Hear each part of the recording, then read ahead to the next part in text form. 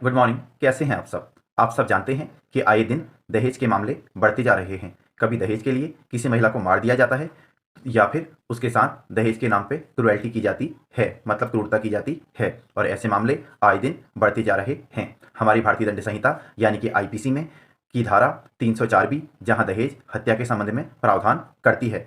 अगर दहेज हत्या होती है तो आईपीसी की धारा 304 बी आकर्षित होती है।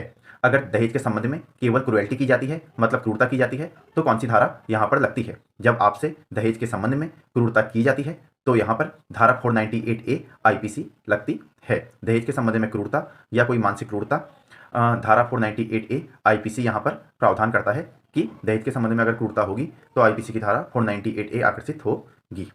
आईपीसी की धारा 498 ए, जिसे क्रूरता कहा जाता है, उसका मतलब यहाँ पे क्रूरता से जो मतलब है वो है दहेज की मांग करना या दहेज के संबंध में क्रूरता करना। इस धारा के अंतर्गत क्रूरता किसी स्त्री के पति, मतलब किसी शादीशुदा स्त्री, किसी महिला के पति या फिर उसके नातेदारों के द्वारा की जाती है। यहाँ पर नातेदारों से मतलब है उस स्त्री के पति के नातेदारों के द्वारा, और ऐसी क्रूरता दहेज के संबंध में होनी चाहिए। धारा 498 ए जैसा कि दहेज के संबंध में क्रूरता का प्रावधान करती है, तो ऐसी धारा केवल शादीशुदा महिलाओं के संबंध में ही लागू होती है। अनमैरिड महिलाओं पर यह धारा लागू नहीं होती है। अगर किसी अनमैरिड महिला के साथ कोई क्रूएल्टी की जाती है या क्रूरता की जाती है तो वो डीवी एक्ट में जा सकती है, लेकिन 498 आईपीसी के अंतर्गत केवल शादीशुदा महिला ही कवर की जाएगी, क्योंकि मांग दहेज की जा रही है। दहेज की मांग पति या पति के नातेदारों के द्वारा की जा रही है, इसलिए इस धारा में पीड़िता का मतलब केवल पत्नी है। मतलब यहाँ पर किसी शादीशुदा महिला की ही बात की जाएगी, किसी अन्य महिला की नहीं। अब हम आते हैं धारा 498 आईपीसी के अंदर। धारा 498 आईपीसी कहती है जब किसी स्त्री, मतलब जब किसी विवाहित स्त्री के पति या पति के नातेदारों के द्वारा ऐसी स्त्री से दहेज के संबंध में क्रूरता की जाती है तो ऐसी क्रूरता के लिए उन्हें दंडित किया जाएगा, जिसके लिए उन्हें 3 साल की सजा या फिर जुर्माना हो सकता है। और ऐसी क्रूरता जो दहेज के संबंध में की जाएगी वो 498 ए आईपीसी के दायरे में आएगी। क्रूरता अपने आप में बहुत ज़्यादा व्यापक होती है। व्यापक का मतलब है कि क्रूरता अपने बारे में अपने आप में बहुत ज़्यादा ब्रॉड है। क्रूरता का अनुमान नहीं लगाया जा सकता, मतलब क्रूरता का अंदाजा नहीं लगाया जा सकता। क्रूरता मारापीटी से भी हो सकती है, किसी को गलत कमेंट पास करने से भी हो सकती है, किसी को ताने देने से भी हो सकती है, गाली देने से भी हो सकती है, हल्की फुल्की मारापीटी से भी हो सकती है। तो बहुत टाइप की क्रूरता होती है। मतलब क्रूरता का अंदाजा लगा पाना और इसे एक्सप्लेन कर पाना, यहाँ तक कि क्रूरता को कोर्ट के सामने साबित कर पाना भी बहुत ज़्यादा मुश्किल होता है। अगर आपको मेंटल टॉर्चर किया जा रहा है, मेंटल क्रूरल्टी आपके साथ की जा रही है, तो इसे साबित करना तो बहुत ही ज़्यादा मुश्किल होता है। क्योंकि अगर फिजिकल तरीके से क्रूरता की जा रही है आप पर, शारीरिक तरीके से, तो आप दिखा सकते हैं, लेकिन मेंटल तरीके से क्रूरता को साबित करना बहुत ज़्यादा मुश्किल हो जाता है। यहाँ पर कुछ तरीके की क्रूरताएं मैंने मेंशन की हैं, मैं आपको बताता हूँ जो 498 ए के अंतर्गत कवर होती हैं। जैसे दहेज की मांग के लिए क्रूरता करना, पति की बेकार आदतों के कारण पत्नी पर क्रूरता। अब पति की बेकार आदतें जिनसे पत्नी परेशान रहती है, वो दिमागी तौर पर परेशान हो जाएगी, तो ये भी एक क्रूरता है, क्योंकि उसका अपने आप में मेंटल हैरेसमेंट हो रहा है। पति नशे का आदी है, पति शराब पी के आता है, पति पत्नी से गाली गलौज करता है, तो ये सब मानसिक क्रूरता है। पति शराब पी के आता है, पति नशा करता है, गाली गलौज देता है। मान लीजिए पति यहाँ पर पत्नी पर हाथ नहीं उठाता है, लेकिन फिर भी ये उस पर क्रूएल्टी हो रही है। जरूरी नहीं है कि क्रूएल्टी के लिए मारा पीटी की जाए।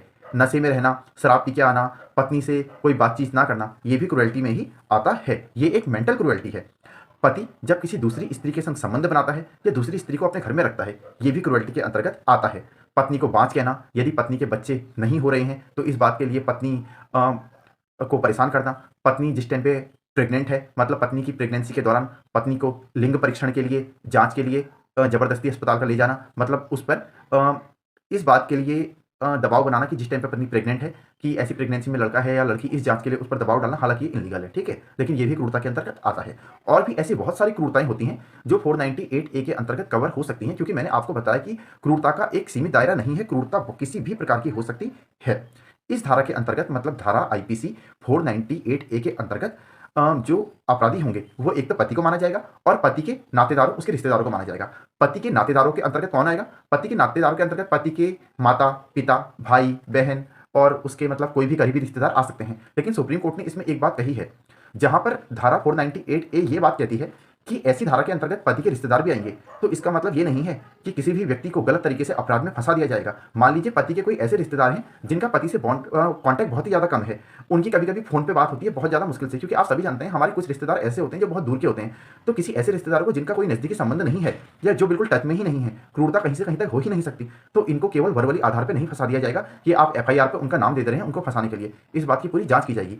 तो मतलब जो पीड़ित व्यक्ति है उसके लिए भी साफ साफ इंस्ट्रक्शन है कि आप किसी भी व्यक्ति को गलत गलत तरीके से नहीं फंसा सकते हैं, मतलब जो जेन्यून है वही करें, जो आपके साथ हुआ है आप वही करें, किसी को भी झूठे मुकदमे में आप नहीं फंसा सकते हैं। जो धारा 498 है उसके लिए कुछ एसेंशियल्स का होना बहुत ज़्यादा जरूरी है। जब ये एसेंशियल पूरे हो जाएंगे तभी धारा 498 ए का अपराध किसी व्यक्ति पे बनेगा। धारा 498 के अंतर्गत अपराध होने के लिए किसी महिला का शादीशुदा होना जरूरी है। सबसे पहले महिला शादीशुदा होनी चाहिए। अनमैरिड महिलाओं पर धारा लागू नहीं होती, मैंने आपको बता दिया है। ऐसी शादीशुदा महिला के साथ क्रुएल्टी हुई हो, मतलब उसके साथ क्रूरता हुई हो। ऐसी क्रूरता दहेज या और भी किसी संबंध में भी हो सकती है। ऐसी क्रूरता पति के द्वारा की गई हो या फिर पति के नातेदारों के द्वारा की गई हो, मतलब ऐसी क्रूरता पति या पति के नातेदार किसी के द्वारा भी की जा सकती है। एक ध्यान रखने वाली बात और है, जो धारा 498 ए आईपीसी है उसको 1983 के संशोधन द्वारा हमारी आईपीसी में जोड़ा गया था। सेक्शन 498 ए आईपीसी क्रुएल्टी मतलब दहेज के संबंध में क्रूरता को 1983 के अमेंडमेंट द्वारा हमारी आईपीसी में जोड़ा गया है। और इसका मुकदमा कैसे फाइल होता है? इसका मुकदमा दो तरीके से फाइल होता है। इसके संबंध में एक तो आप पुलिस को एफआईआर करा सकते हैं। अगर आप एफआईआर नहीं करा रहे हैं तो आप मजिस्ट्रेट के सामने कंप्लेन केस भी इसमें फाइल कर सकते हैं। और ऐसी एफआईआर या ऐसा कंप्लेन केस या तो वो शादीशुदा महिला फाइल कर सकती है, या महिला के बिहाफ में उसके माता पिता भाई बहन और उसके ब्लड रिलेशन वाले हैं या फिर उसके जो दत्तक रिलेशन कहते हैं वो हैं, तो वो भी फाइल कर सकते हैं। जो भी कोई व्यक्ति धारा 498 आईपीसी का अपराध करेगा उसको 3 साल तक की सजा होगी और उसे जुर्माना भी भरना होगा। जुर्माना क्या होगा ये नहीं दिया गया है, ये जुर्माना केवल कोर्ट तय करेगी और ऐसा मामला नॉन बेलेबल होगा। धारा 498 ए एक नॉन बेलेबल धारा है, इसमें आपको जमानत नहीं मिल सकती। हाँ, जिस कोर्ट में आपका मामला चल रहा है वो ऐसे मजिस्ट्रेट का डिस्क्रिमिनेशन है, ऐसे मजिस्ट्रेट का विवेकाधिकार है कि वो अगर चाहे तो आपको जमानत दे सकता है और वो चाहे तो आपकी बेल कैंसिल भी कर सकता है, आपको जेल भी भेज सकता है। और अगर ऐसे मामले में दोनों पार्टियों का समझौता हो जाता है, दोनों की भी सुलह हो जाती है और पीड़िता ऐसे मामले को वापस लेना चाहती है, तो ऐसा मामला नॉन कंपाउंडेबल नेचर का है। इस मामले को ट्रायल कोर्ट वो कोर्ट होती है जहां पर आपका मुकदमा चल रहा है, ऐसे मुकदमे को ट्रायल कोर्ट के सामने वापस नहीं लिया जा सकता है। धारा 498 आईपीसी का मुकदमा केवल हाई कोर्ट के सामने ही वापस लिया जा सकता है। इसकी क्वेश्चन हाई कोर्ट के द्वारा ही कराई जाती है, ट्रायल कोर्ट इसे वापस नहीं कर सकती है। तो उम्मीद करता हूं आपको जानकारी समझ में आ गई होगी और ये भी समझ में आ गया होगा कि दहेज के संबंध में जब क्रूरता होती है, केवल क्रूरता होती है, तो धारा 304 बी नहीं बल्कि धारा 498 ए आईपीसी आकर्षित होती है। तो ऐसे ही मिलता हूं किसी नए टॉपिक। नमस्कार।